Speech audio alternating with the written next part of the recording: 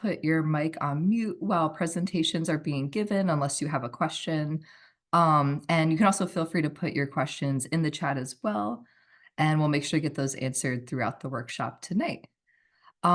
So our first speaker is Sharante Williams, coming to us from the USDA's Office of Urban Agriculture and Innovative Production. I'll let you introduce yourself, Sharante, but I just want to say thank you so much for being with us tonight. And I know that you said you have a little bit of some network issues, so if you need anything from me, let me know. Thanks, Morgan. Thanks for the invite. So if you lose me, I'll still be here. I'll try my phone as a backup. Do you hear me okay? Yes. Okay, because I hear echo on my end because I have my phone going too, in case something happens with the computer. But I've been having network issues all week. I don't know if it's weather related or what's happening. But anyhow, I'm Sharante Williams with the Office of Urban Agriculture and Innovative Production. And I'm the management and program analyst where I pretty much oversee the grants and agreements for our office, the two main programs that we do have. I will say before I start, Morgan, I don't know if you sent anything out to the board, the information I sent last week about OUIP in our urban ag opportunity. Did you send that out? I haven't sent it out yet, but it will be sent out right after. Okay. Yes. Well, I was about to say, well, if you have not, well, earlier this week, it's no longer available right now. So it's been placed on hold. So we just want to let everybody know because some folks had already had access to the link or had been looking for it. So it was there, it is now gone. And so at this point, we just want to let everybody know at some point we'll get guidance on an approval to put it back up in the future. Just don't know when at this point. And just appreciate everybody's understanding as we try to work through this, but it was there. So we've been bombarded with questions like, what happened to it? Where is it? It was there. So this group may not have gotten to it yet, but it's not there anymore. So just a heads up about that. I'm going to share my screen, attempt to share my screen, see how this goes.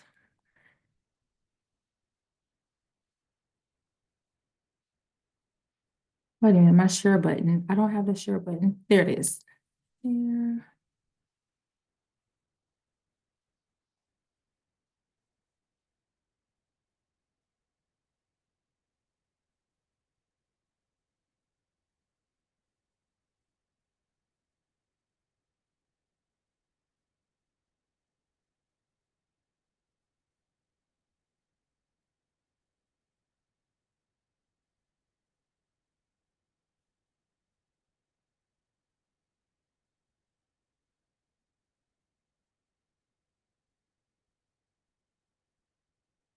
Okay, do you see my screen yet? Yes. Okay. I'm gonna minimize this one.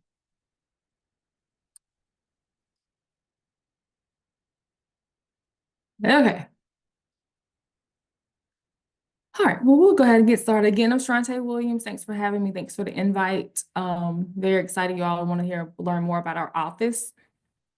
So who are we exactly? The Office of Urban Agriculture and Innovative Production, you may hear referred to as OUIP. At this point is leading the way when it comes to the department to promote availability of programs for all sizes and all types of operations. So our office was authorized in the 2018 Farm Bill. Hopefully we'll have a new one soon. Fingers crossed on that. But the idea was for us to encourage and promote urban, indoor, other emerging agriculture across the board. And there has been recognition that USDA had not been fully present to serve urban customers and producers and stakeholders in the past. And so the office was created with the intention to fill that gap. So our mission is to support a wide range of production, as you see on the screen, from community gardens and farms, rooftop vertical production, the green walls, all things ponics, hydroponics, aeroponics, aquaponics, and indoor farms and greenhouses, all the way down to food waste reduction and composting. So with that though, an important component is working with composting and food waste reduction, which is both with the intention of diverting food waste from landfills and also with composting being an essential amendment to soil and your soil quality overall. And with food waste reduction, it helps ensure that all the energy that we put into the food we eat is actually beneficial to all people. So some places across the landscape, folks are running out of landfill space.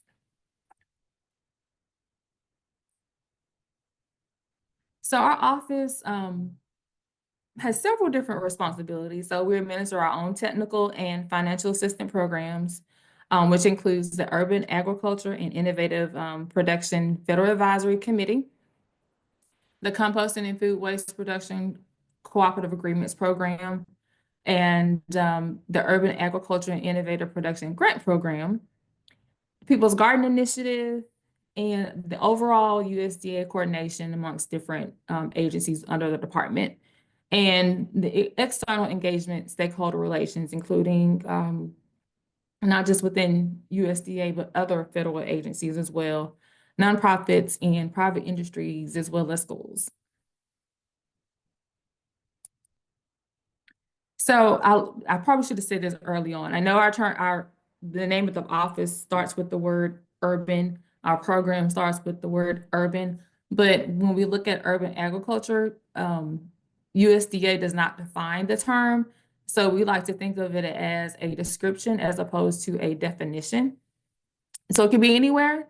So if you see familiar with the Bronx, New York area, population right now is right at 1.5 million. And then small town, Kennebec, South Dakota is 300. Well, we like to look at it from a lens of defining the characteristics of those areas in terms of residential, commercial, and industrial. But at the end of the day, no matter where you're at, everyone has some type of urban setting. But we just don't put a definition on it with the intent of trying to not exclude anyone. So the program, our grant program is called Urban Agriculture and Innovative Production. You may hear the term OU or UAIP for short.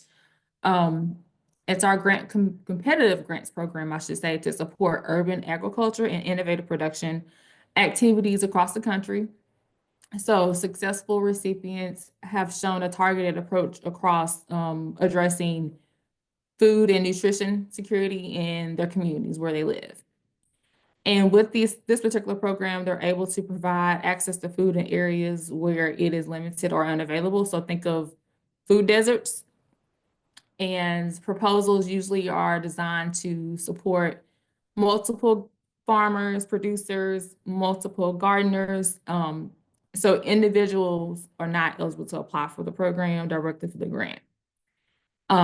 They also promote urban and innovative practices. So they can be doing a range of pretty broad, including culturally relevant farming practices. And like the previous slide talked about rooftop gardenings, the vertical walls, greenhouse, all those things can be included with this grant.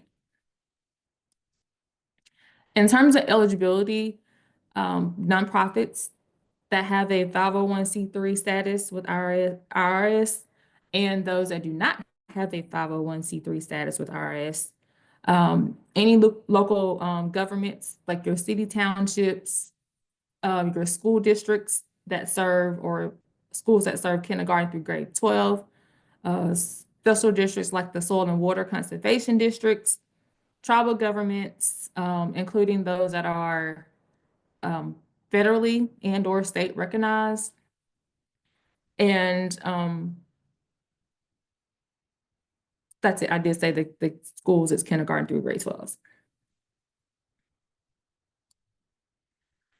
So we have, in terms of the grant itself and what you can apply for, we like to break it into two different types. So we receive, you have an opportunity to apply for planning activities and or implementation activities, one or the other. Activities that we can fund include but are not limited to surveys, assessments. You may be in the phase of, for planning side of things, you have that idea in mind, but you don't know quite where you're going with it just yet, but you may have to do some background studies first or feasibility studies and do some business planning first on your end. But then on the implementation side, you're kind of ready to keep going, but you've already kind of are somewhat established, but you want to hit the ground running with your workshops, your job shadowing or training, your mentoring, or maybe increasing food production in a targeted area, and you may need to purchase some equipment with that for that community garden or um, for that school program you may have, and any activities that you have along with the program that you're intending to implement. So basically, the difference is planning. You're not quite there yet, but you have an idea of what you want to do, but you need to do some background work first. But you need a few things in motion to get to where you want to be. And then on the implementation side, you are ready to go. You've already been doing some things, but you're trying to enhance what you already started or what you're doing already.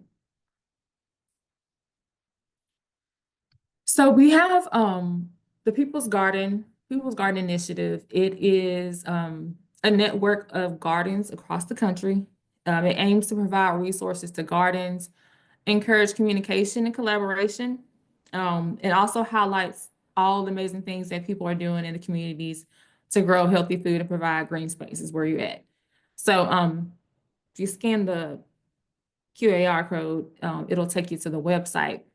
But we have a map there that I'll get to in a little bit, and you kind of see where these are.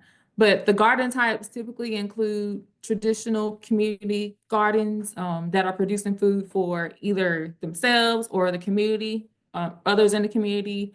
They are including wildlife habitat, pollinators, and beneficial insects, green spaces, and they have space for where people are training or having educational workshops to teach people how to grow their own food.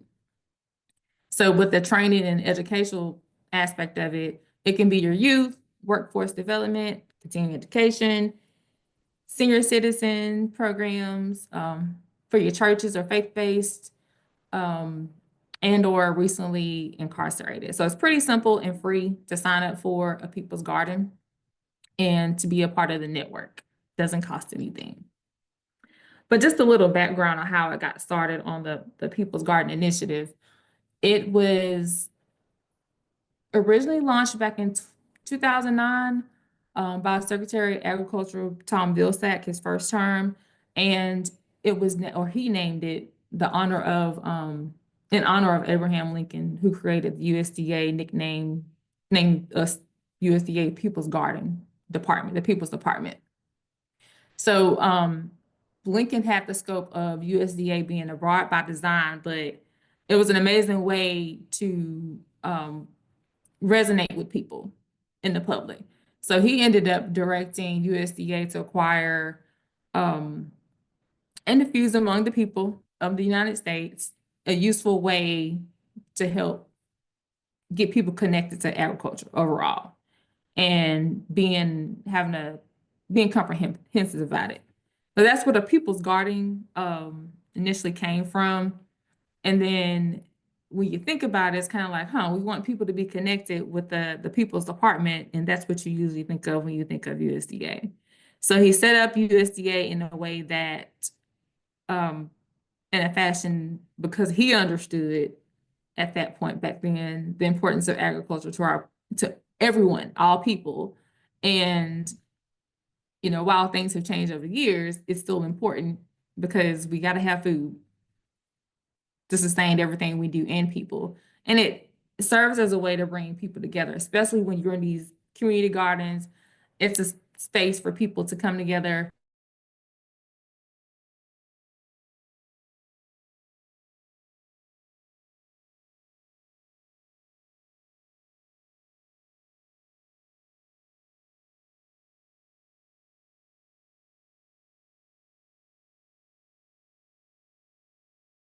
Garden, the USDA headquarters, People's Garden, is in Washington, D.C. So if you ever get to go, y'all are pretty close.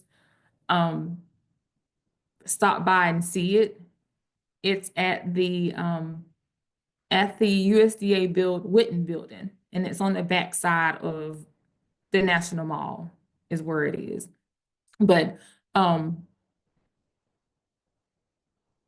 I don't think they haven't, they're prepping for this next season, but probably March, they'll start getting ready to start planning. But the best time to probably go is late spring, early summer to check it out. And it's right there adjacent to where the USDA Farmers Market is also held when it starts back up in March. There, so at the garden, it showcases food grown in containers in the ground itself for small urban spaces. They do have raised beds. There's a couple of community plots in the area and fruit trees as well if you walk through it. And they also have active beehives that are actually on top of the USDA Witten building. I don't think you can see it from down low. You actually have to go all the way to the top to see them, but they are there. Um, and all of that is managed by the bees themselves are managed by a retired USDA employee. That's who manages the beehives. But a great partnership that has been created over the last couple of years with the Xerces Society, and all of the food that is grown in that People's Garden in DC at the USDA building is donated to DC Central Kitchen, if you're familiar with that. It's a veteran-owned and operated compost facility that has a partnership with Xerces Society for invertebrate conservation. And it also supports victims of domestic violence through connecting with nature. So we also have flagship gardens that are located in cities where USDA made investments a couple of years ago in urban ag and innovative production recently, and they include establishment of the Farm Service Agency and urban county committees and other activities. So registered gardens, you can see on our website that we'll have, that if you go there, that's where you see them at. And I know there's a lot in the Maryland area. So right now, very right now, there is a funding opportunity available for People's Garden. It's about $1 million. It's from the People's Garden Initiative through our office in partnership with the National Fish and Wildlife Service Foundation. We call it NIFWIF. And it's tied to their 5-star urban waters restoration program. It actually closes next Thursday. The 30th is next Thursday, I think. But you may want to check it out. I think this is the second time this has been open like this in partnership with NIFWIF. But I have the link here and it'll take you to exactly more details on it in terms of eligibility and all of those details for the request for proposals.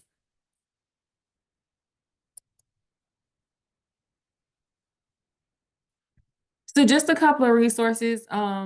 The Urban at a Glance document kind of highlights different urban programs related within USDA only, but it's a good resource if you're like, I think I want to do something, but I don't know where to start. This is a great place to start. It's a lot of information, and I just tell people to take it and just take your highlighter. And if you think you may be interested in it, check out their website and see what they have available for you. So it's grants, agreements, loans, microloans, anything tied to money, you'll be able to find related to urban agriculture when it comes to USDA. We also have a newsletter that you can sign up for to keep abreast of what's going on with our office. And we also have an innovative production webpage as well. That's kind of useful when it comes to the innovative side of things.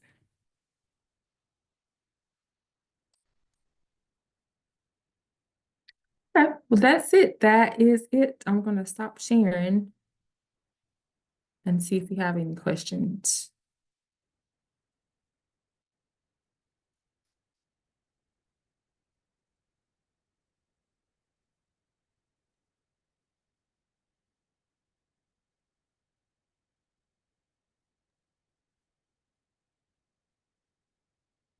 Thank you so much for that amazing presentation. Yeah, anyone with questions, feel free to unmute yourself or put them in the chat.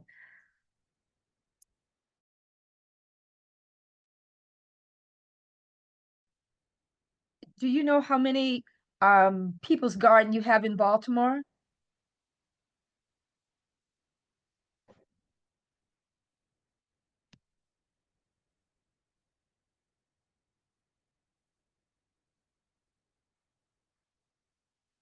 Say that again. My screen froze. Say that again. Yes, ma'am. Do you happen to know how many people's gardens you have in Baltimore?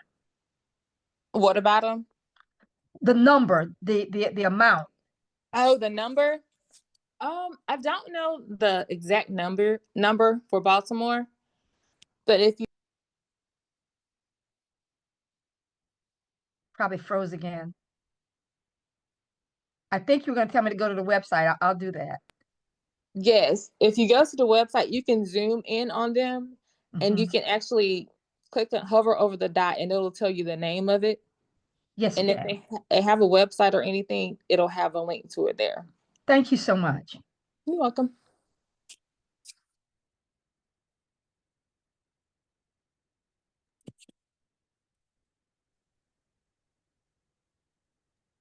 Oh, Nat, we can't hear you if you're talking. I see you went off mute, but I don't know if your audio is not working or something.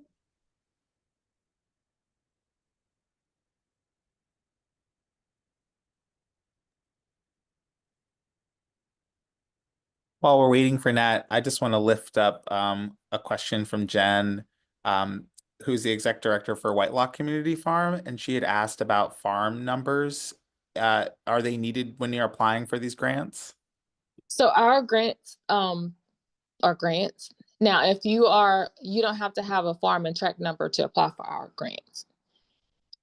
But But I see the question about how do you obtain one? You have to visit the local farm service agency office. There's usually one in every county. And you can contact them, and I would set up an appointment for just walking in and talk to them beforehand and give you details on what you need before you go in there. And they'll be happy to help you set up a farm and tract number. that's fantastic. Thank you so much for that.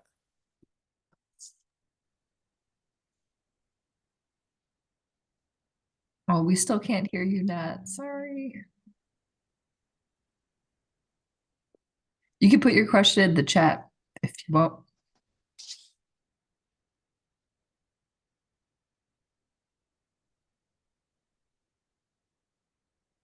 I couldn't hear you, Morgan. I saw you talking. Oh, I'm sorry. Yeah, I think Nat's asking a question, but he might just be putting it in the chat right now because I think his mic's not working. Sorry about that.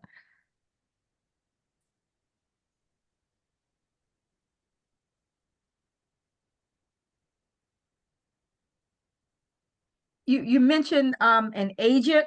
Is that the same? Is that different from or the same as our agent that we would get from, say, the uh I'm trying to think of the name. I forget. The like we have an agent through uh the University of Maryland School of Agriculture. And so would that be the agent? Are you talking about a USDA agent for the farm The number? USDA, yeah. So when you go to the USDA Service Center, Farm Services Agency is usually in that same office with Natural Resources Conservation Service. They're usually in the co-located together. So not the extension agent, but farm service person. Thank you for that clarification. Farm service agent. Gotcha. Yeah, Farm Service Agency. Cool, thank you. And Terry asked in the chat, what is the benefit of having a farm number?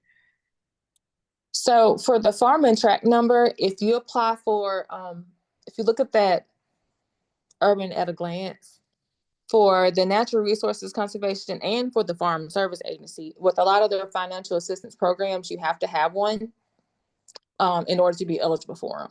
So usually going to that service center and speaking with the Farm Service Agency is the first step in that process. And it doesn't take long at all. They'll just ask you to bring in deed for your property that you own. And from there, you can get your farm and tract number. Farm Service has several programs that you may be interested in. For sure, the Natural Resources Conservation Service does. They have a program called Environmental Quality Incentive Program, where you can install conservation practices. And in order to apply, you got to have that farm and tract number. But when I say conservation practices, I'm meaning like a high tunnel is considered a conservation practice. Cover crop is considered a conservation practice. And what they'll do is they'll actually set up an appointment with you and come out to the farm to kind of see what your objectives and goals are. And from there, they'll create what's called a conservation plan. And it just highlights different things that have been recommended for you to do on the farm according to what your objectives may be. And then from there, if there's any programs that are available at that point in time and you're interested in applying for them, you can apply for them. So that's pretty much the benefit. You don't have to have one, but if you're going to apply for any of their programs, you do have to have that number and to have access to the financial assistance.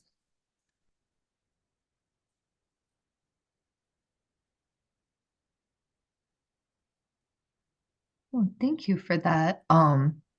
And okay, so Nat asked for the People's Farm grant mentioned, do you need to have People Farm status already to apply?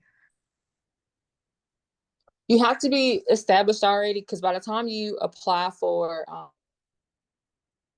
the grant, you do have to have a SAM.gov registration. And if you've never applied for a grant before, it takes some time to go through that registration. It's not something you want to wait last minute to do. So you will have to be established already and have that registration. I will say a lot of times that's what the holdup is. A lot of folks don't have that SAM.gov registration information already.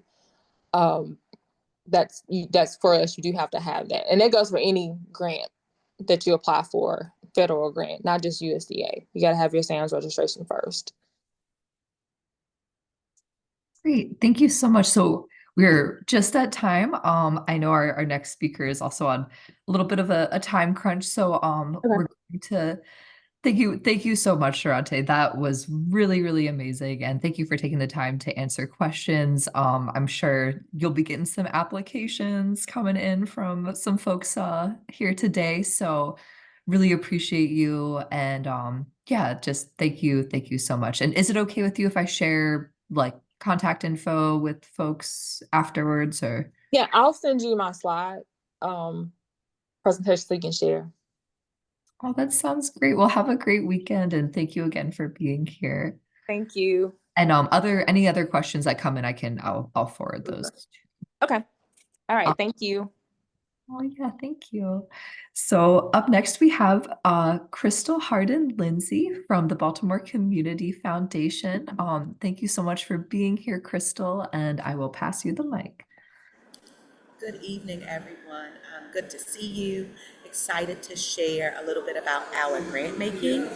I'm going to share my screen. Is that okay, Morgan, to go ahead and share? That's totally cool. Okay.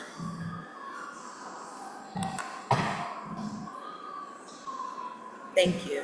So the Baltimore Community Foundation has two buckets of grants that we're sharing for the 2025 season. One is the Stronger Schools grant, and the other one is the Stronger Neighborhoods grant. As you can see, there are a few requirements to apply.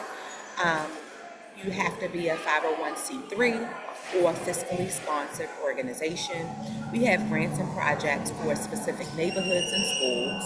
There's a minimized formal application. I want to say our application has 5 questions, minimal reporting requirements, and they are spaced for TA. I always say, it's really important that when you are applying, if you're not sure, to ask the right questions.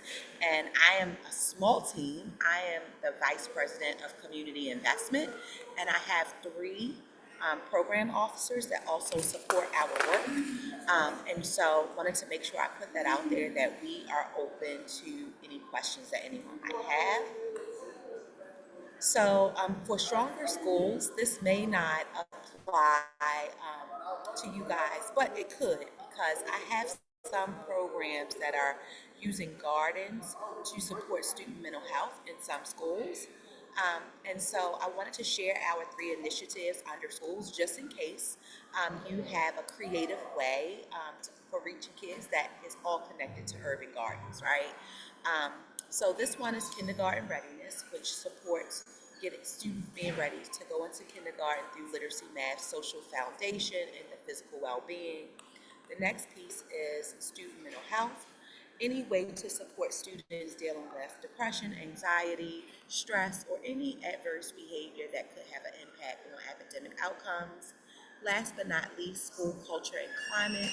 I have a school right now that works with a nonprofit that has a garden, and the students who kind of work in the, I would say, how do I say this? The social emotional learning group is what they call it. So students who have been identified that need that additional touch with nature, they have a garden and they are supported through our school climate and culture grant. The next tranche of our grants fall under stronger neighborhoods, and as you can see, we have 4 focus areas. One is safe. So if you are doing something in the community, one example I can give is that there's the community in Boat Hill put a garden in the middle because lots of crime was taking place in this one strip of this one street. So they put a garden in, and they do all kind of seminars and have community events in that garden. But technically, it was to deter crime. Another grant opportunity is the Clean Grant. So this grant goes against trash dumping, vandalism, pollution, whether proactively or reactively, something to kind of ignite, get citizens involved in what's happening in their community and understanding that residents, are the leaders in that space. Green projects, these are all around sustainability culture and understanding what urban agriculture might look like. So this seems like a good fit for this particular program, but any of them could fit into urban farms. It would just depend on the circumstance. Last but not least, there's a project connected to the cultural, social, and physical fabric of a community. This we always talk things through as it relates to our grant focuses because sometimes you may not know if your grant idea fits in any of the 4 buckets, and we're willing to talk it through with you. There are many faces in BCF. BCF has 27 employees. So when I say many faces, I mean 27. And we're all there to help you. This is a picture of our website. So if you went on the website, you would literally click Stronger Schools and Neighborhoods Grants, and then you would click, and the resources can be found there. And this icon, it will be at the top of the page where you see this little circle or square, I would say, or rectangle, at the very top of the page to give you that information. Application questions. The 2 questions that we are digging deep in is all around your program project. Who does it include? Who will you serve? And what do you think the impact of your work is? We also love collaboration. So if you're working with the neighborhood association or if you're working with the school, you need to make sure that residents are brought into your project or the school leadership is brought into your project, that you're not saying, oh, I'm going to build a garden, let's just say at Colleton Square, but the principal doesn't even know you exist. So what does collaboration look like? Those are the 2 big questions that we have. The last but not least, this piece around racial disparities. How are you addressing problems of racial disparity in whatever the neighborhood is that you are looking to support? Attachments, we always need a project budget. So how much will this project actually cost? And do you have other sources of revenue? We want to make sure that if we were to fund something, that you have enough funds to actually cover it. Of course, we need a 990 to ensure that you are in good standing with the IRS. A list of key staff members, board members, and if you are working with the school, a letter of support from the school. And if you're working with a fiscal sponsor, we would need that letter as well. Frequently asked questions. How often does BCF award grants? It's quarterly. We have 4 meetings a year, and our first one is not until March. So if you're interested, you have some time before our first grant cycle. What is BCF's typical grant award? It varies. We have given $1,000 up to $25,000, especially as it supports neighborhoods. So that range will depend on what you're actually trying to execute. And when would you expect to hear back from BCF? So there's a confirmation email that comes immediately as soon as you submit, and then follow up from staff is typically 2 to 3 weeks. But I always share my information because you can always email and I can email right back. That is again, our website and where you would click if you were interested in learning more. bcf.org would be where you would go, and this is what the page looks like. Last but not least, are they reporting expectations? Absolutely. We want to know what has changed as a result of your program. What testimony you have, and it does not always have to be positive. It could be where you proposed to execute a project and it didn't come out the way you wanted it to. But what did you learn from it? That's what we want to know. How did you spend the money? If there are unspent funds, they have to back, or we have to determine what next steps might look like. And if there were challenges, what were the challenges? Photos, we love photos, and we love to hear about the stories that are produced through our grant making. So it's really important that we have that open line of communication so that you can share with us. Last but not least, this is the team for right now. Actually, Chris is transitioning soon. So, South and Maya, and I have another teammate that I'm bringing on. So, we will look forward to receiving your proposals. I will leave all of my information as well as this PowerPoint with Morgan, and I will open up the floor in case there.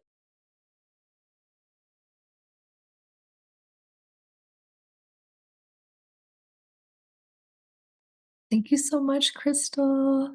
You're so welcome. Yeah, feel free if anyone has any questions, unmute yourself or put it in the chat. Yeah, I just had a quick question about a idea that flew to the top of my head as you were talking, and just sorry to intro real fast. I'm with Whitelock Community Farm, and I'm partnered with a organization, or I should say a therapy practice. And so we were trying to collaborate on youth mental health services. And so I understood that there was maybe a bucket within the and I'm forgetting the name of the grant, the Stronger Schools and Neighborhood Grants. But we would tie it into sort of the idea that we're playing with is tying it into farm therapy. So being, in connection with the land or working with the dirt and the soil. Is it best to, in your opinion of projects like that, is it best to go through the Stronger Schools and Neighborhoods grant, or does that feel more of would that be more of or sorry, is that more of a schools grant or a neighborhood grant? So if you're partnered with the school, then it will be a school grant. But if you're not partnered with the school, but you're actually working with a neighborhood association, then it would be a neighborhood grant. Great. Yeah, we would be partnering most likely with the St. Francis Neighborhood Center. And so that you would think, okay, great. Thank you so much. You're welcome.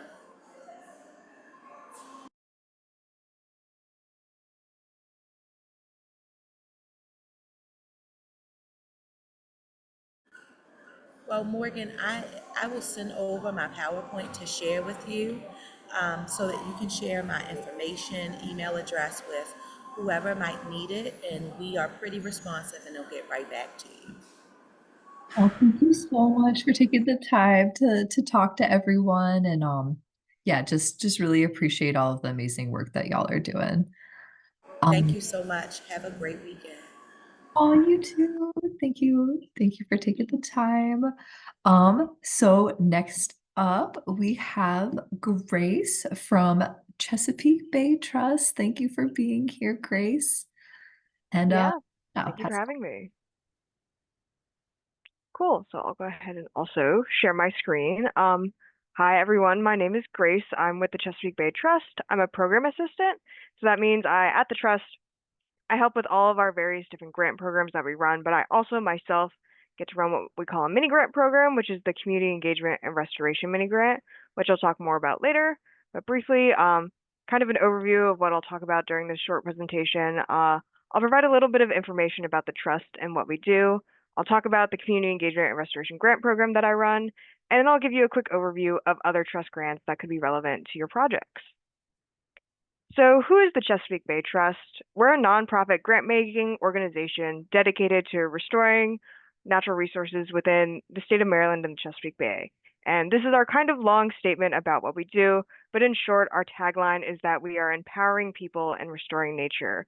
We really want to be able to provide resources to communities and people throughout the state and the watershed for them to be able to do the work that is needed to restore our natural resources. And to do that, we run over 30 different grant programs that all specialize in different areas, different kinds of projects, and different things. And so what I'll spend most of my time talking about today is my program, which I think is a really cool program, but I'm very biased, the Community Engagement and Restoration Mini Grant Program. In short, I call it Mini CER since the name is quite long, but this program is designed to support activities that enhance communities, engage residents, and improve our natural resources.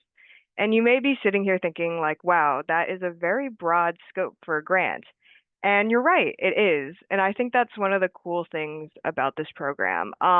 We will fund a lot of different projects as long as it can engage communities and really bring attention to natural resources or even restore those resources. So what that can look like is it can look like community outreach events that are talking about recycling and waste management and native plants. We can fund like community gardens, which is partially why I'm here. We can fund what we have in the center here is called the Bio Buggy, which is a mobile water quality monitoring station. We fund if you want to host workshops or tours at a local green space, we can help fund that as well. So like I said, we fund a lot of different things, but we do within our scope would be funding urban gardens and green spaces as well. So we've had a lot of these projects come through, and hopefully with you all, I'm excited to see more as well. So I just talk a lot about what we can fund. I do like to state sometimes it's easier to talk about what we cannot fund through this program. So through the Community Engagement Restoration Mini Grant Program, we cannot fund individuals. You must be a nonprofit, which I'll talk about later.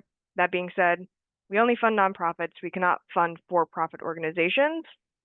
We cannot fund projects that are required by a permit, degree, or mitigation requirement. All projects must be done kind of out of goodwill. And then we try not to fund projects that are better suited for other trust programs. However, that is something that we, the trust internally, will work on. It's not something that happens often, but sometimes people will come through and they have a great project that may just be suited for a different program. We'll simply just move your application over to the other program that is better suited for it. So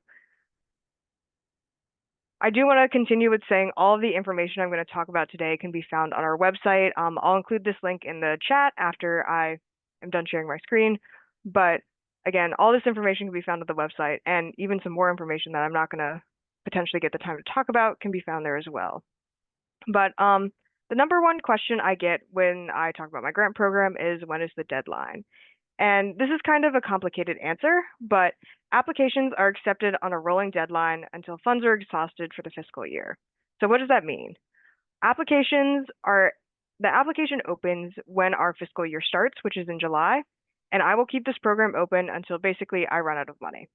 So we have around, I think it's $180,000 this fiscal year, and we have been slowly working through that as applications have come in. So the rolling deadline is great because you're allowed to work on your own timeline. However, it can be a little scary sometimes because you never know when we're going to run out of funding. And so what I like to tell groups is that we usually start to run out of funding around March, but fret not if come March and you look on the website and the program says it's closed, we will be reopening again in July with a fresh pot of money. So the rolling deadline just means we will stay open until we run out of money. And if you ever have any questions about that, please feel free to ask me. It'll always be on our website, whether we're open or closed. And if you end up applying when looking to apply and the grant is closed, please reach out and we can definitely work with you to fund you in the next fiscal year. With that being said, right now we are open, we still have funds left, and I would love to potentially get one of your projects through the program. How much can we fund? Our max amount is $5,000, so we'll fund up to that $5,000 amount. And then who can apply? So with organizations, we ask that you just be a not-for-profit organization. This can encompass many different kinds of organizations. So community associations, homeowners associations, civics groups, faith-based organizations, government organizations. Another thing I will mention at this point is also we will take fiscal sponsorship. So if you're working with a fiscal sponsor, you're still welcome to apply. We just ask that you apply under your fiscal sponsor's name. And another great thing about this program is that we are geared towards first-time applicants. Mini CER is kind of known as unofficially as the entry-level grant program. So if this is your first time ever applying to a grant, congratulations, this program is for you. We actually ensure that the program and the funds stay within smaller organizations and first-time applicants with our grant cap. So this is another important thing to mention is that only organizations that have received 3 or less awards from the trust can apply. And so that looks like if you have received 4 approvals and awards from the trust, we ask that you are ineligible then to apply for the mini CER grant just because you've been too successful. And we ask that you apply to some of our other programs instead. But if your organization has never received a grant from the trust, then you're welcome to apply. And if you're ever having questions about your eligibility, whether it is the kind of organization you are, your nonprofit status, or whether or not how many grants your organization has with the trust, please don't hesitate to reach out. I'll provide my email at the end of this presentation as well, and I can help you kind of navigate these requirements as well. So not-for-profit organizations, and we are specially geared and looking for first-time trust applicants as well. So what does the application look like when applying for the mini CER grant? Our first step that we ask is that you read our request for proposals. The request for proposals, or call for projects as it's often called in other organizations, is this document that details everything you need to know about the application process and the grant itself. So this document is linked in our website, and it contains all the information I'm giving you in this presentation, and as well as any other commonly asked questions as well. And I list this as step number 2 in the application process, but it can be included anywhere, which is ask questions if needed. If you read the request for proposals and you still have some questions or unanswered questions, feel free to ask me or another representative at the trust. We really want to be able to help you out throughout your application process, as we understand it can be kind of confusing and it can be overwhelming. And with such a wide reaching grant, we know there can be lots of, well, what about this? What about that? So please feel free to ask questions if needed after reading the request for proposals if you have them. And again, like I said, I included this at step 2, but you can ask questions no matter where you are in the grant process. So after you read the request for proposals, you ask me or the trust any questions that you have. We ask that you look at our online application form. This is linked in the request for proposals and on the website. This form will detail what kind of information we need from you and your organization throughout the application, and it includes some links to our more important documents as well. One of those being our narrative questions. So our narrative questions is kind of the tell us about your project document. As question 1 on this document is, tell us more about your project. The narrative question is how we at the trust get to hear the story of your project and why are you doing it, what's the benefit, and what are you most excited about with it. So this document has around, I think, 10 to 12 questions on it, asking about your project. Around 5 of them, we ask for like a short answer, short paragraph, and a couple more are yes or no questions, depending on what kind of project you're doing. And then the other part of your application will be completing the budget portion of what we call our financial management spreadsheet. This spreadsheet is linked in the application and as well as in the request for proposals, and it is basically asking you to tell us what you're going to buy with the grant money. What is your plan for materials, supplies, personnel? How will you be spending your money? And in a way, we like to say the financial management spreadsheet tells its own narrative as well. But We have this linked in the, like I said, the RFP, the application on our website. This document is meant to help you throughout this process, but it can be a little confusing at points. Some people have said it's quite scary and large. So we also have a bunch of resources helping applicants walk through this process as well. We have a great video on our applicant resources website. And again, like I said, I'm here to help you throughout this process. If you open the financial management spreadsheet and it looks terrifying, which when I first applied to a trust grant before I worked here, that's what happened to me. I'm here to help. Please don't hesitate to reach out. And lastly, we ask in your application process that you collect and create any supporting documents that you may need. And so what is a supporting document? So supporting documents are other materials or supplemental materials we ask that you produce along with your application. Common supporting documents for urban gardens usually fall into these three categories. The first is a planting plan or a planting list. We're just going to want to know what you're planting and where it's planting. So it doesn't need to be anything too fancy. The example I have here is something I drew on a piece of paper. We have some people do it in Google Draw. It does not need to be a fancy architectural drawing or whatnot, but if you have that, that's fine as well. So planting plan and a planting list, what you're planting and where is it going to go. After that planting plan and planting list, we're going to ask for a maintenance plan likely. So we ask for a 3-year long or rotating yearly maintenance plan. And this is just our way of asking about the sustainability of the project. How are you going to maintain this garden or this planting post this award? What are your plans for watering, weeding, replanting, anything that may come up afterwards to make sure that you have in place a plan to maintain the project post the award period. And lastly, we ask that you gather any letter of commitments you may need. A letter of commitment is a letter from an important partner or someone else stating that they are committed to supporting you in your project. So we love to see partnerships in our projects as well, and we do like to see that they are committed through providing that letter. More information about this can be found on our applicant resources page, which again, I will provide the link at the end of this presentation, but we like to see letters of commitment, like I said, from important partners, anyone who is providing some sort of resource to your project. So for example, if you have an organization you're working with that is providing shovels, like we would like to see potentially a letter of commitment from them based on the their commitment to the project. Another big one that comes up is landowner letters of permissions, a letter of commitment from the landowner. If you or your organization does not own the land that you'll be planting on, we ask that we have that letter from the landowner, just saying that, hey, this project is okay, we approve, we're aware of it, and as well as any kind of just general like backup documentation for supporting that you have permission to plant on the project land. And so this is the mini grant life cycle. Let's say you do all of this stuff. Congratulations, great job. You click submit. What happens next? So advertisement and outreach is the first step. We're already here in this meeting, so thank you guys. And then you submit your online grant application. It is then reviewed by the internal review committee. So we have, for a mini grant, primary and secondary reviewers that look at your application.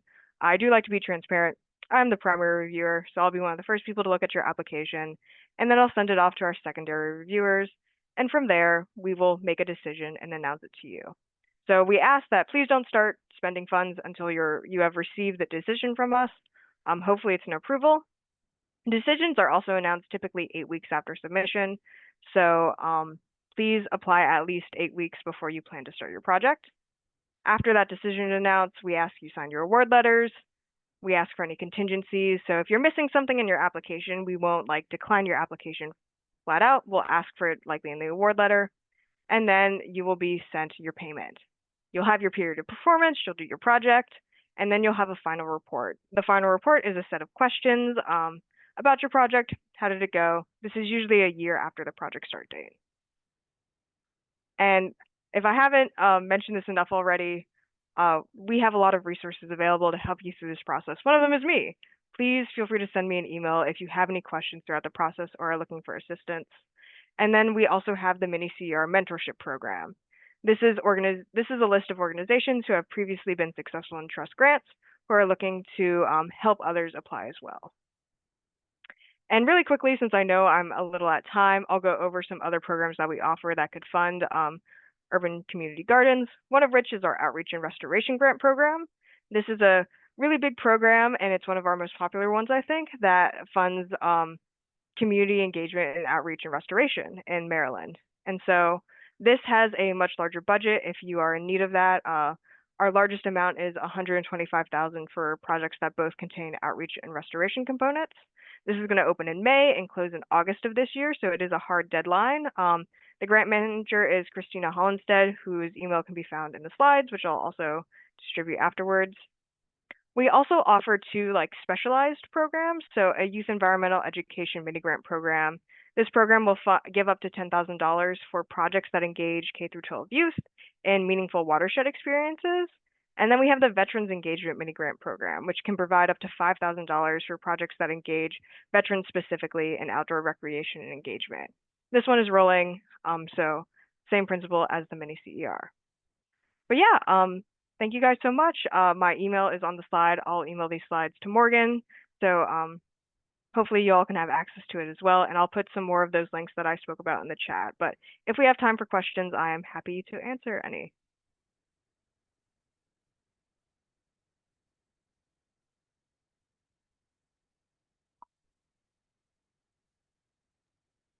Yeah, thank you so much. This is Aaron Pitzenberger with Whitelock Community Farm and also Soul Soil Collective Farm. And the nonprofit organization Soul Soil Collective is partnering with Whitelock Community Farm to put in a ritual pollinator garden. This grant came up in my search and definitely appealed to me. And this being, maybe one of the first grants that our organization will be applying for, it seems like this would be a great fit. I am curious to know, because the land is owned by the city, and then Whitelock Community Farm is stewarding the property, what is the best way to go about, receiving approval from, as far as what your needs would be for approval for land ownership? Yeah, great question. And great to hear that you're interested in applying.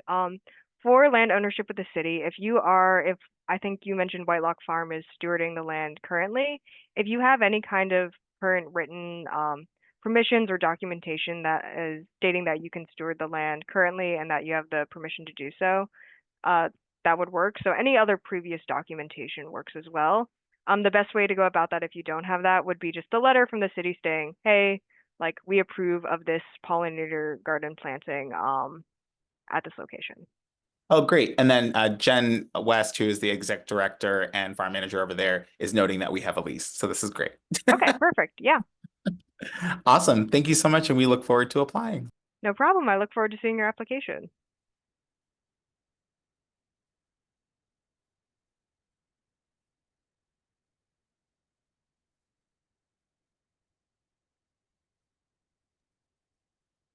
Thank you so much, Grace. That was really comprehensive, and thank you so much for putting all of those links in the chat. That is super helpful. Yeah, no problem. Thank you guys. Any last questions? Okay.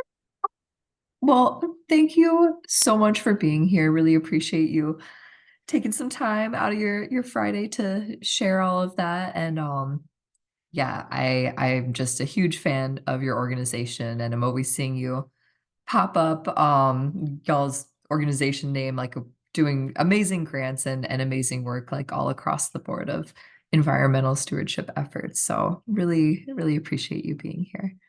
Yeah, that's really great to hear. Thank you guys. Have a great rest of your evening. And again, please feel free to email me any questions you may have about the program or any of our other programs as well. Well, that sounds good. Well, thank you. See you later. Okay. Well, awesome. I really appreciate you all listening to our speakers, and yeah, hope that some of these grants, I mean, it sounds like, already there's some applications a brewing, so I hope those are successful.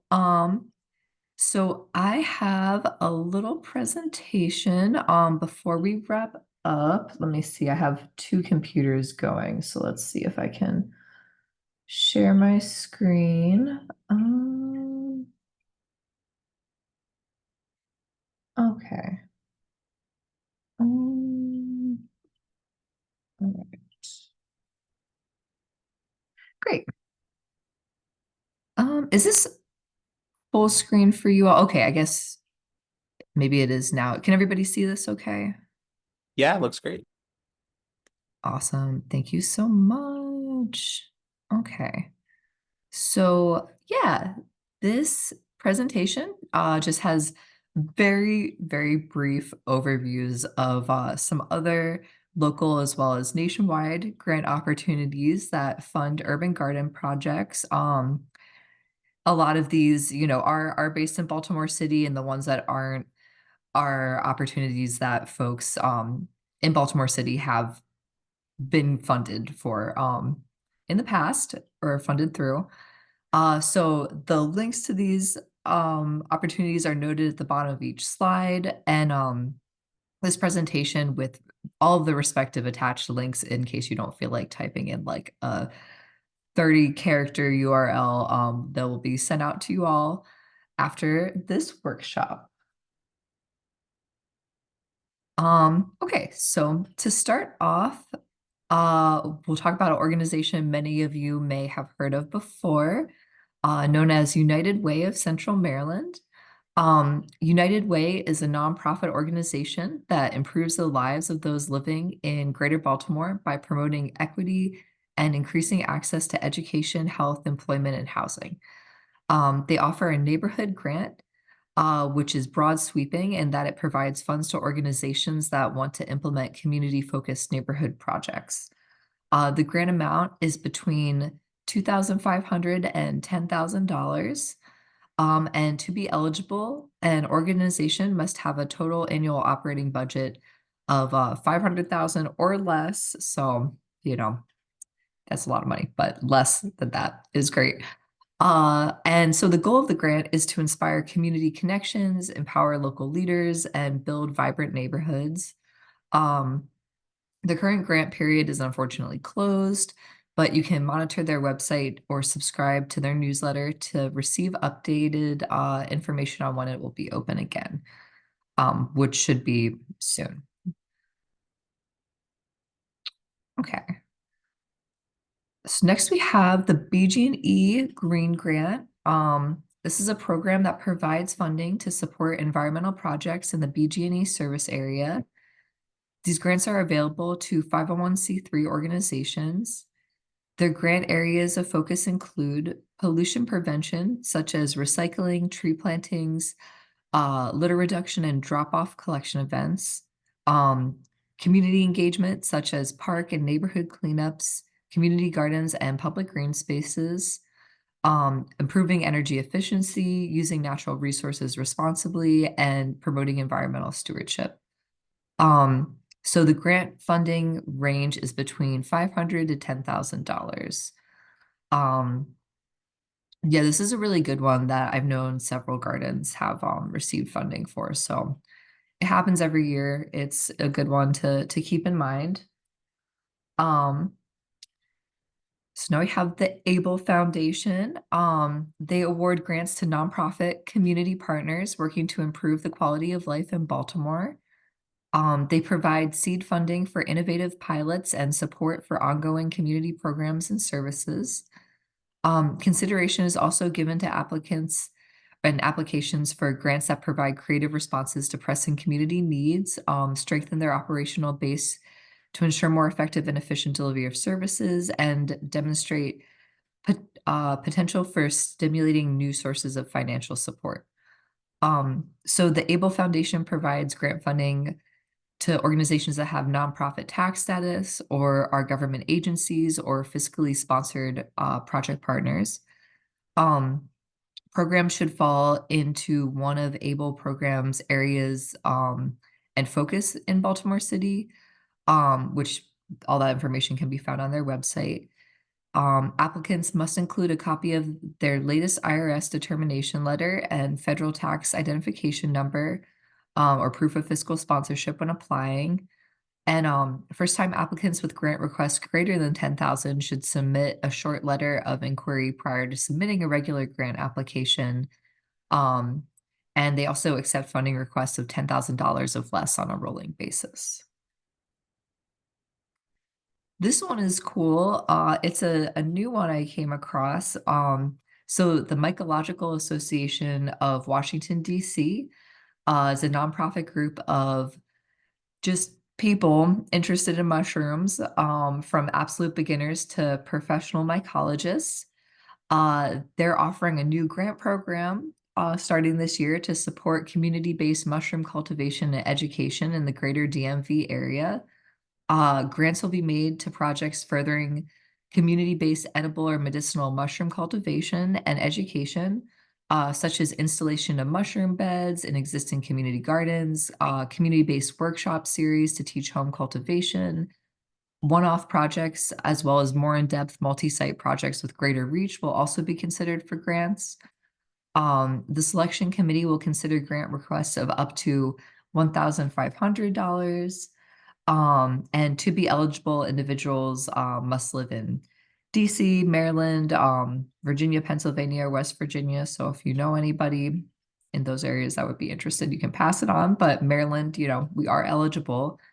And preference is given to those who have experience in growing mushroom or community-based agriculture, food distribution, and food-focused education, training, or related work. So I think anyone here would be a good candidate.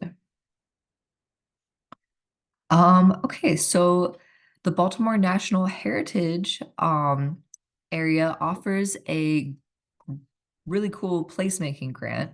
The goal of their neighborhood placemaking grant program is to assist neighborhoods with enhancing their quality of life through heritage tourism, becoming more visitor friendly, balancing community and tourism, and increasing awareness of the Baltimore heritage area and its resources for neighborhoods. Projects that promote neighborhood greening activities, environmental stewardship, cleanliness, beautification, citizen community education, and stewardship are often funded. Eligible activities must address or complete a priority activity identified in and consistent with the goals, objectives, and strategies and actions outlined in the Baltimore National Heritage Area's Comprehensive Management Plan. I can send a link to that after this presentation. And generally, grants will be made as one-time awards and are not for ongoing project or activities that require a multi-year grant commitment. Eligible applicants are nonprofit organizations and tax-exempt community or neighborhood associations in good standing with Maryland Department of Assessments and Taxation. So it's kind of a cool one. So yeah, the Maryland Environmental Trust in partnership with the Maryland Department of Transportation, Maryland Department of Housing and Community Development, and the Forever Maryland Foundation. It's a lot of collaboration. Offer a number of Keep Maryland Beautiful grants. So grants through the Keep Maryland Beautiful program help volunteer-based nonprofit groups, communities, and land trusts in Maryland to support environmental education projects, litter removal, citizen stewardship, and to protect natural resources in urban and rural areas.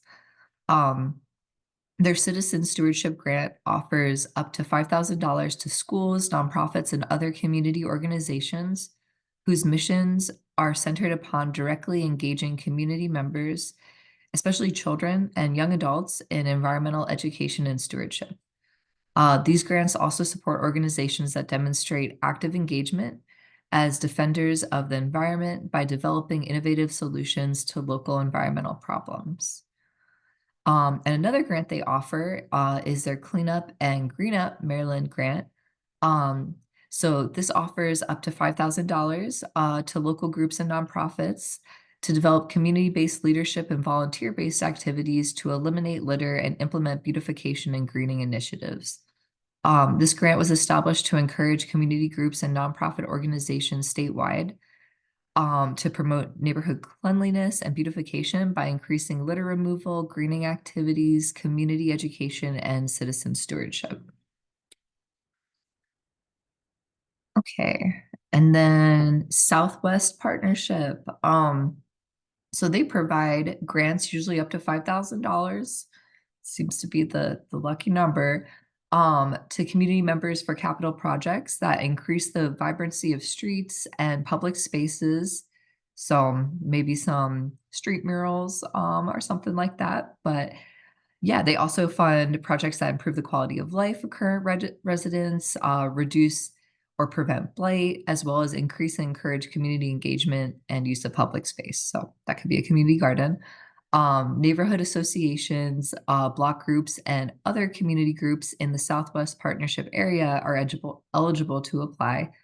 And those neighborhoods include Franklin Square, Hollins, Roundhouse, Mount Clair, Pigtown, Poppleton, and Union Square.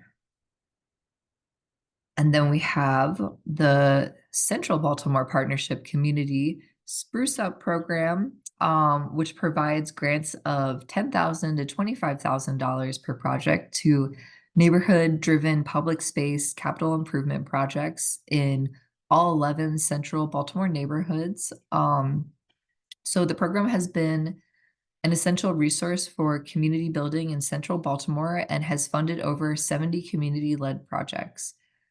Priority will be given to public space projects that promote healthy living in parks and open spaces, technology installments to address challenges in the digital divide, and to support social interaction among community residents of all backgrounds.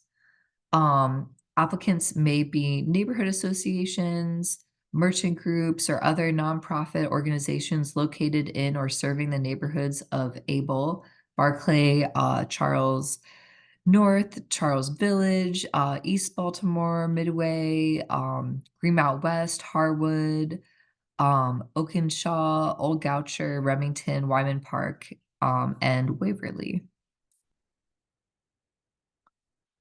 And yeah, so the Department of Agriculture's Small Farm and Urban Agriculture Program provides financial assistance to support small-scale agricultural operations located in urban, peri-urban, rural, and suburban areas.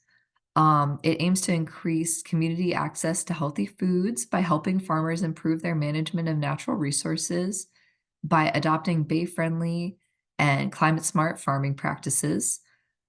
Individuals organized for profit agricultural businesses or nonprofit organizations may apply for their grants. And the operation must produce a farm product that generates a minimum of $1,000 of sales or donations annually. In addition, the grantee is responsible for all local, state, or federal regulations and permits necessary for the agricultural operation. The Small Farm and Urban Agricultural Program offers small acreage cover crop grants, which is pretty cool. Get some free seeds and some funding to do cover cropping, even in small areas on your farm. And that is ongoing in the spring and the fall. And there's also a water and power grant for qualifying operations located in urban areas. So if you need water access and don't have the funding, I believe that grant could be of use. So the next one, the Sustainable Agriculture Research and Education Organization, also known as SARE, maintains a historically underserved farmer and farming communities grant program. This grant program is designed to address systematic and structural barriers to access that disproportionately limit the ability of historically underserved farmer and farming communities to fully participate in SARE programs. This grant program funds projects that create farming and food system operations or opportunities for historically underserved communities and prioritizes work that engages and is led by people from those communities. This program seeks projects that will address community needs and serve the interest of groups that have been met with discrimination and other systematic and systemic obstacles to full participation in the agricultural system of the Northeast. So that is a really cool one.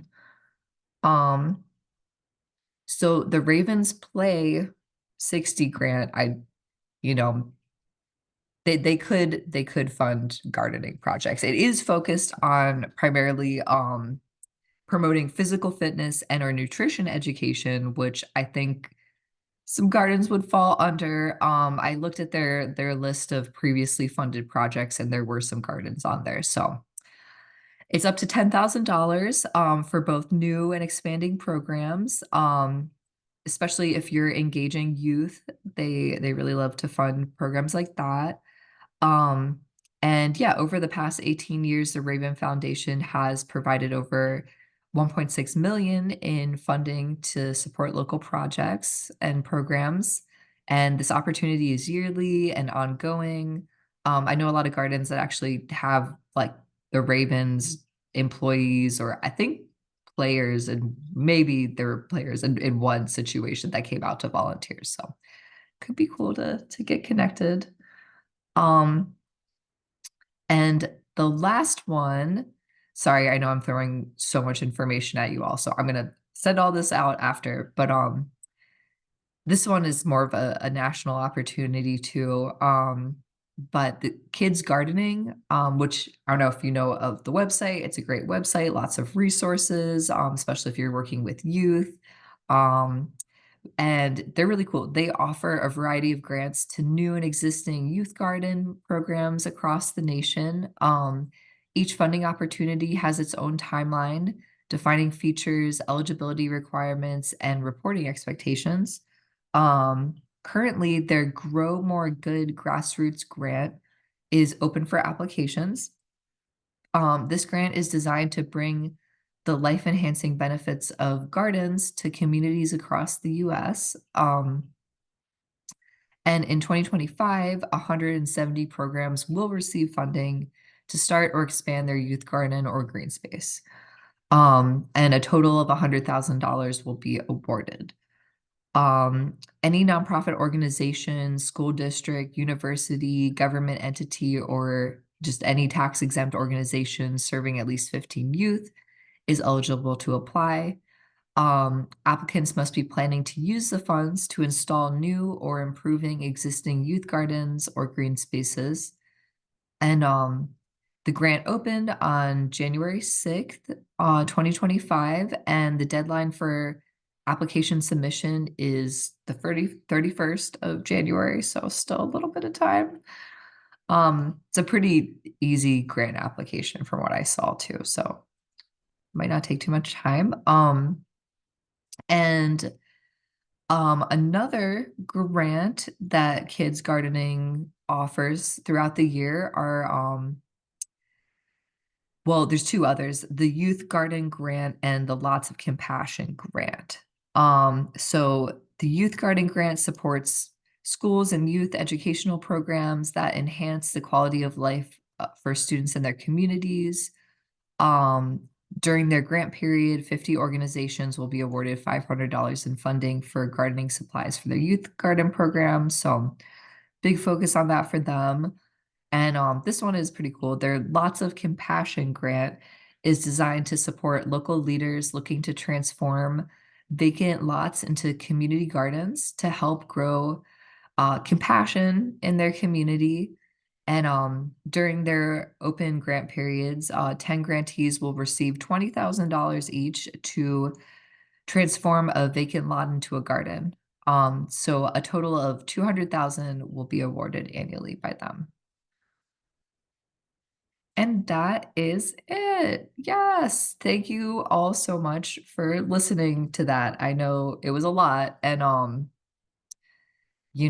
I have some contact info that I'll send out for each of the folks who are in charge of those grant opportunities. So if you have further questions about them, I can definitely direct those to those folks. But yeah, thank you all so much.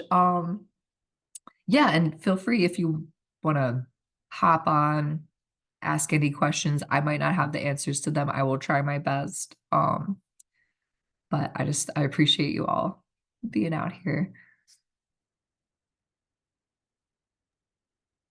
I just want to say thank you all for the information. Thank you for the fellow and sister gardeners that are on the call tonight, and just thank you for investing in what we're doing for our urban gardens in the Baltimore City. We really appreciate it. Thank you. Oh, thank you so much for that. Yeah, that was very sweet, Reverend White. And yeah, I mean, as Natasha always says, it's, our story, Be More Beautiful story is y'all's story. So I mean, the amazing work that you're doing, we're always, repping y'all to anyone who asks about the work that, Be More Beautiful does. We're like, we support projects that are people who are like on the ground doing the real work, and that's what I love the most about this job. So thank you. And I say it, Morgan, because it's true, and because Be More Beautiful is dedicated, committed to improving the quality of life in Baltimore. Baltimore gets such a hard knock, and we don't celebrate where warranted our public servants, and we appreciate you. Thank you. Oh, thank you so much. I'm humbled. Thank you.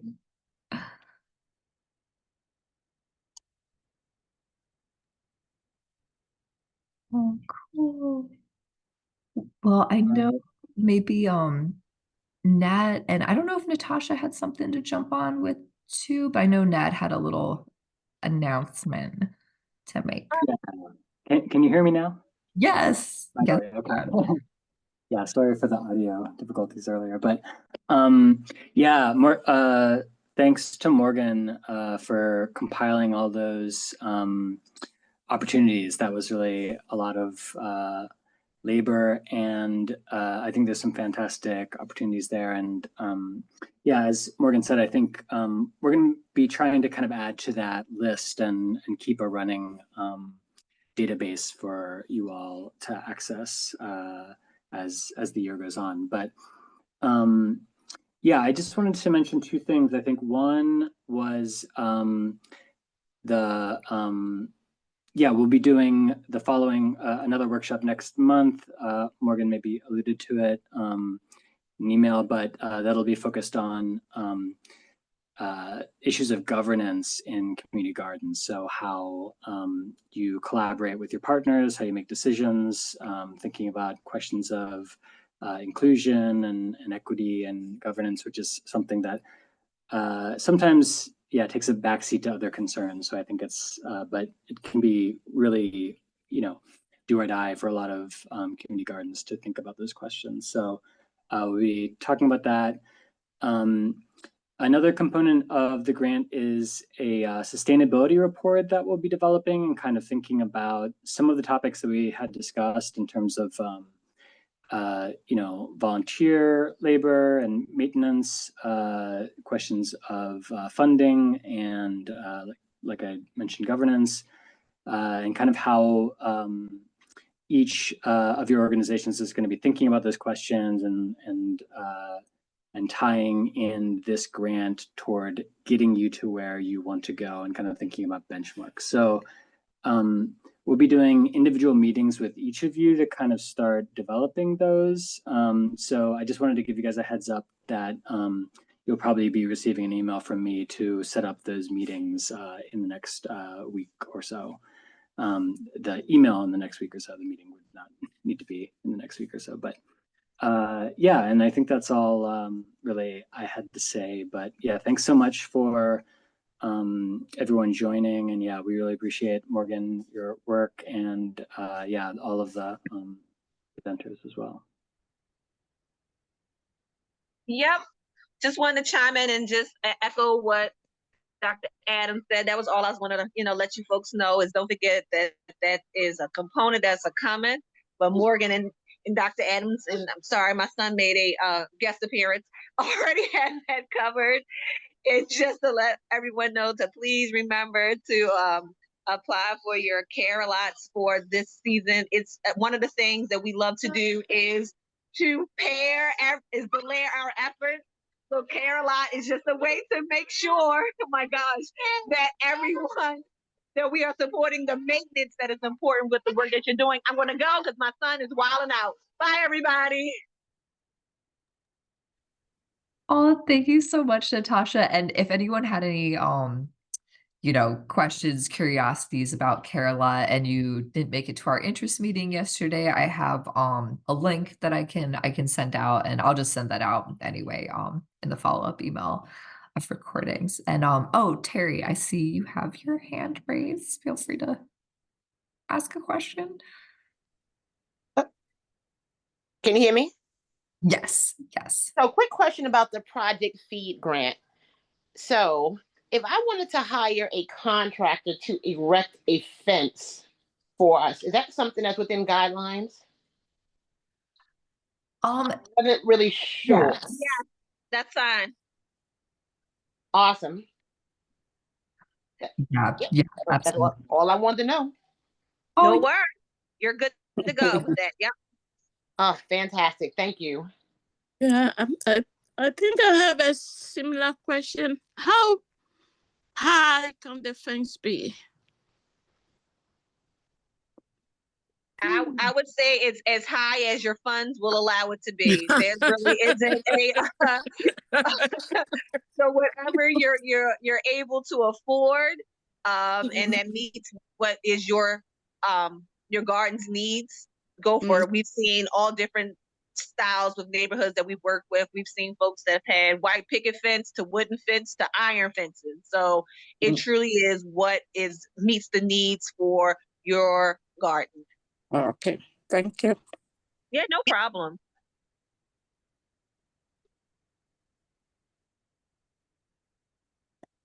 nice.